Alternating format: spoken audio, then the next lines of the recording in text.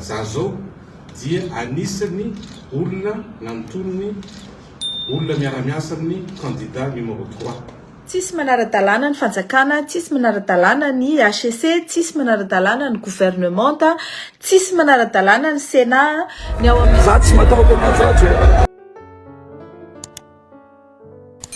fa inona loatra ny zavatra tena mitranga marina eto Madagasikara amin'izao fotoana izao. Efa tany tsy misy lalàna tsony Madagasikara amin'izao fotoana izao.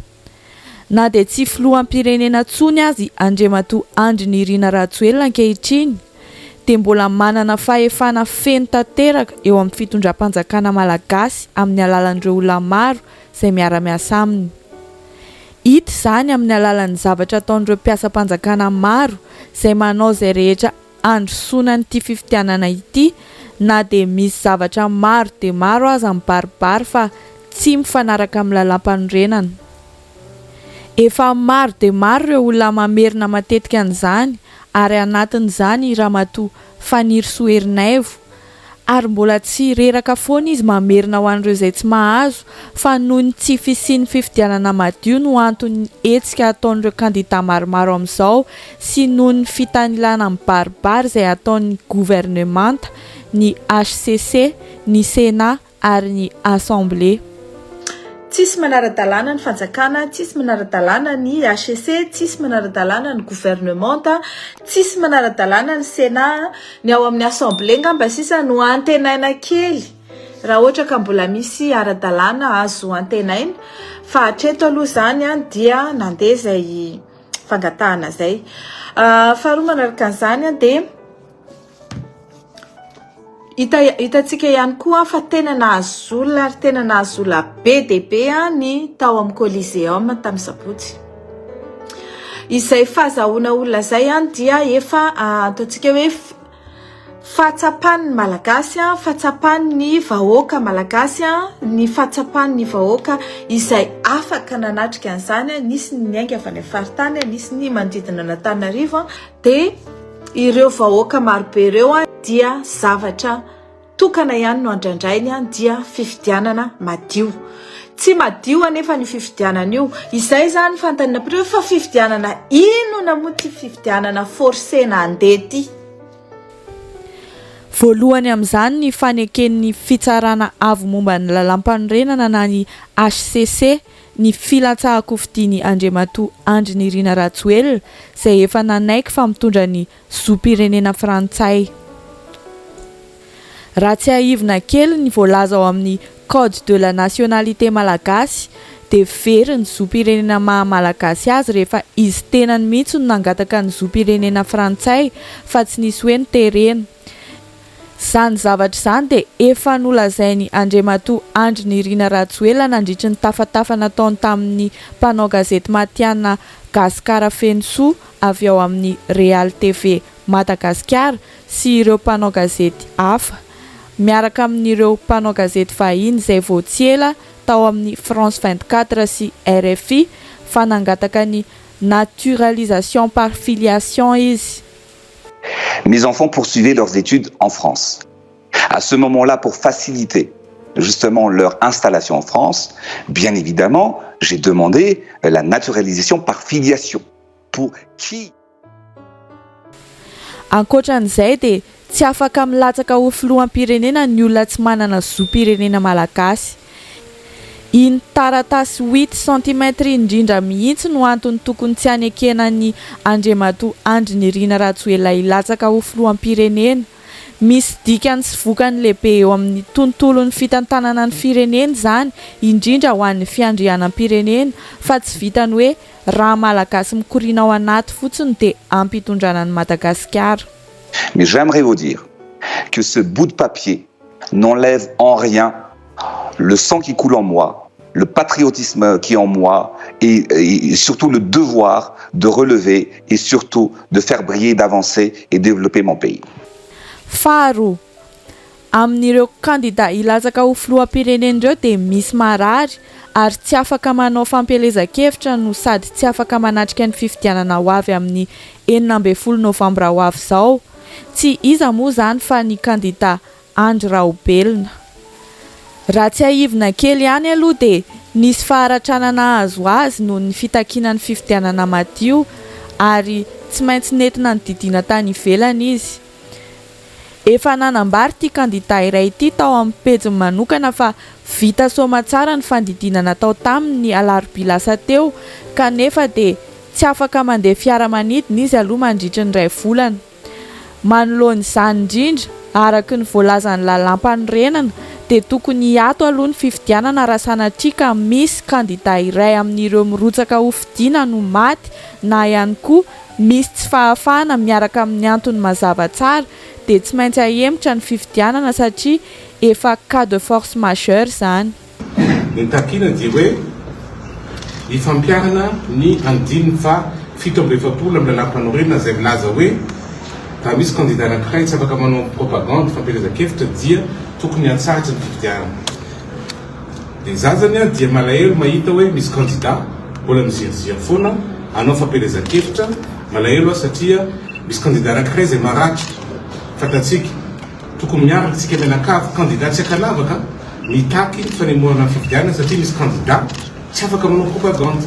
Lalampanorenana mametraka an'io tsara mila jaintsika amangataka ny HCC amoka didy momban'izany fanazaingana fa manjary famahofao ny zavatra rehetra. Mazava ho azy fa tafiditra ao anatin'io cas de force majeure io ity zavatra mahazo ny kandida Andry Rajoelina ity kanefa mbola miziriziry mafy andefa ny fifidianana ihany ny fitondrana ankehitriny miaraka amin'ireo kandida izay vitsy anisa mbola manatanteraka ny fampielezan-kevitra. Manaraka an'izay dia mila saina kely ihany koa ny vola be izay hita ampiasainy Andriamatoa Andry Nirina Rajoelina amin'ny fampielezan-kevitra izay ataony amin'izao. Ny fanakaramana artista maro izay entina azona olona mandritry ny fampielezan-kevitra, ny helikoptera izay ampiasainy hitetezana ny faritra maro manerana ny Madagasikara, ny 14 millions d'euros izay nividianana ny logiciel Predator sy ny sisa maro samihafa. 14 millions d'euros lanina mividy logiciel. Tsy menatra izy miteny an'izany. Fantaro fa lalana izao makany Antsirabe dia misy fanamboarana. Tsy mihoatra ny 14 millions d'euros. Nefa ny lalana simba BDB.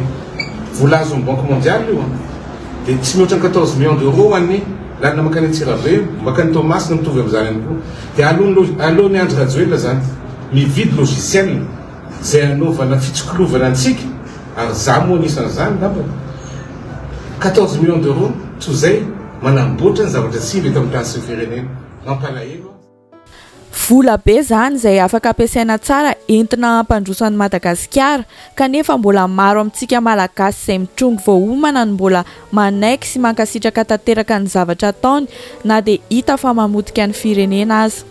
Manoloana an'izay resaka fampielezan-kevitra izay indrindra dia nanao fanambarana ihany koa ny kandida Andriamatoa Roland Ratsiraka mahakasika ny politika ratsy, politika maloto izay ataon'ny mpiara-miasa akaiky ao amin'atin'ny fitondrany Andry Nirina Rajoelina.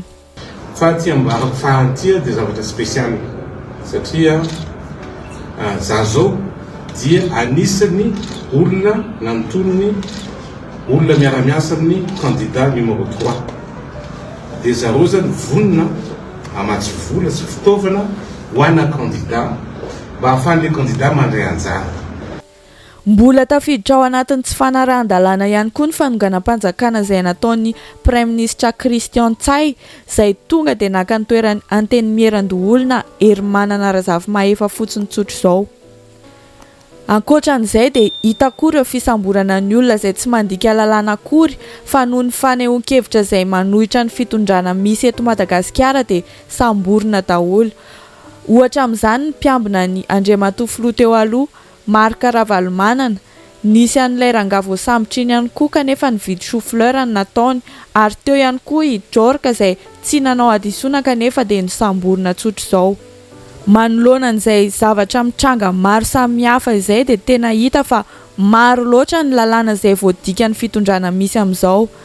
Manambary izany rehetra izany fa tsy misy ny fahadiovan'ny fifidianana izay kasaina ho tanterahana ny 9 Novambra 2024 avy izao. Izay indrindra no antony ijoroan'ireo kandida izay efa lasa 10 amin'izao fotoana izao mba hadio ny lalao fa tsy hitongilana amin'ny olon-tokana ary izay no antony tena anaovana ny tolona fa tsy mitombina aloha hatreto hoe fahatahorana ny Andriamatoa Andry Nirina Rajoelina na koa hoe tsy fahavononana amin'ny fampelezan-kevitra no antony anaovana n'ity tolona ity.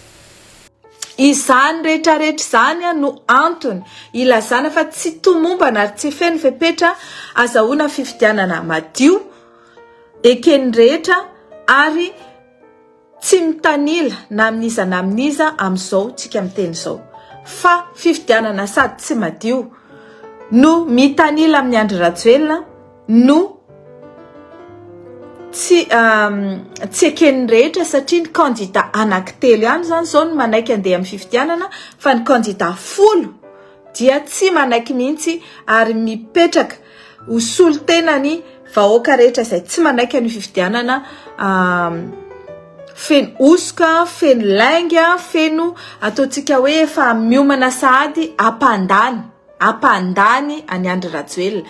Tsy eo amin'ilay tsy misy mitovy hevitra ireo kandida mitolona ireo fa samy manana ny programa entiny hampandrosoana ny Madagasikara ny tsirairay na manana ny eritreriny manokana izay tiany atao eo amin'ny fitondrana avy fa noho ny tsy fanarahan-dalàna be loatra sy ny fitongilanana amin'ny olon-tokana izay ataon'ny HCC, ny CENI, ny gouvernemanta, ny Sénat dia nitambatra aloha zareo hatreto mba hisian'ny fifidianana madio tsy mitanila ary manaraka ny lalam-panorenana mitovy amin'ny tamin'ny taona 2024.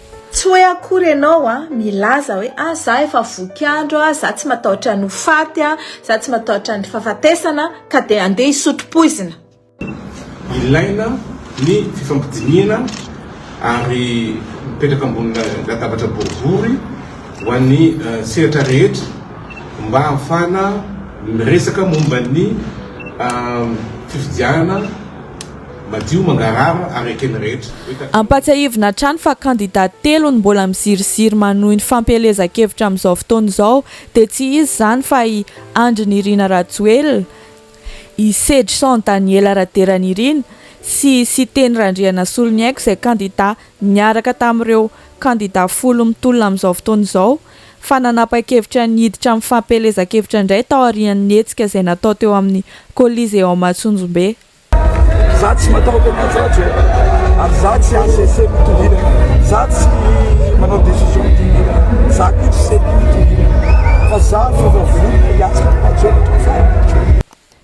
Reto kandida reto zany no manaiky ny fifidianana maloto izay mandeha eto Madagasikara amin'izao fotoana izao sy mbola mankasitraka ny tsy fanarahan-dalàna misy eto Madagasikara miaraka amin'ireo mpanaraka azy. Tsy mila fifidianana mitarika korotana eto Madagasikara tsika. Mila vahaolana maika dia maika ty raharaha ty satria ny hoavin'ny Madagasikara, ny hoavin'ny vahoaka malagasy, ny fiandrianam-pirenena mihitsy no lalaovin'ireo mpanao politika maloto eto amintsika ary tena ilaina ny miara-mientana amin'izao fotoana izao hiaraka hampandroso an'i Madagasikara ao anatin'ny fahadiovana sy ny fahamarinana. Izay ny video antsika anio, mankasitraka antsika rehetra ny aino. Aza adiny ny misabone amin'ny chaîne sy manao j'aime ny vidéo.